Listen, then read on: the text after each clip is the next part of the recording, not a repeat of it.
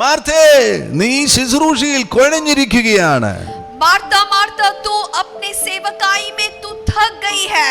നീ ഇപ്പോൾ എന്താണ് ചെയ്യേണ്ടത്? अभी तुझे क्या करना है? മറിയ ചെയ്തത് നിങ്ങൾ ശ്രദ്ധിക്കുക.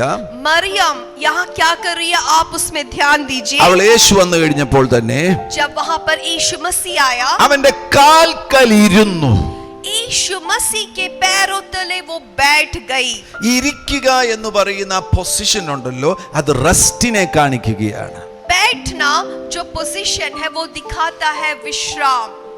ഇരിക്കുമ്പോൾ നമുക്ക് സ്വസ്ഥതയും സമാധാനവും ഉണ്ടെങ്കിലേ നമുക്ക് ഇരിക്കാൻ കഴിയത്തുള്ളൂ. കുറേ നേരം ഇരിക്കണമെന്നുണ്ടെങ്കിൽ ഒരാളുടെ മുഖത്ത് തന്നെ നോക്കിക്കൊണ്ട് ആ ആൾ പറയുന്നത് കേട്ടുകൊണ്ടിരിക്കണമെന്നുണ്ടെങ്കിൽ സ്വസ്ഥതയും സമാധാനവും വേണം.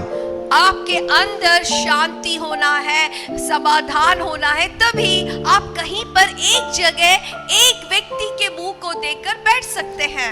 ആകുലത ഉള്ളവർക്ക് ഏകാഗ്രത ലഭിക്കുകയില്ല. ഇരിക്കുകയാണെങ്കിൽ പോലും അവർ അസ്വസ്ഥരായി എഴുന്നേറ്റ് പോകണമെന്ന് അവർക്ക് തോന്നും. जो लोग उत्कंठता से भरे होते हैं वो एक जगह बैठ नहीं सकते, वो किसी बात पर ध्यान नहीं रख सकते.